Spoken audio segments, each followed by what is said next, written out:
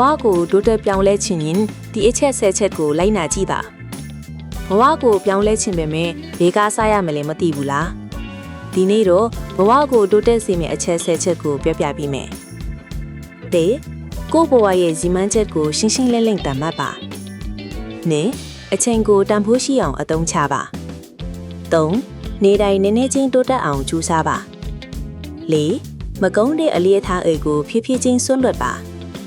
5စားဖတ်ပြီးအသိပညာကိုတိုးမြင့်ပါ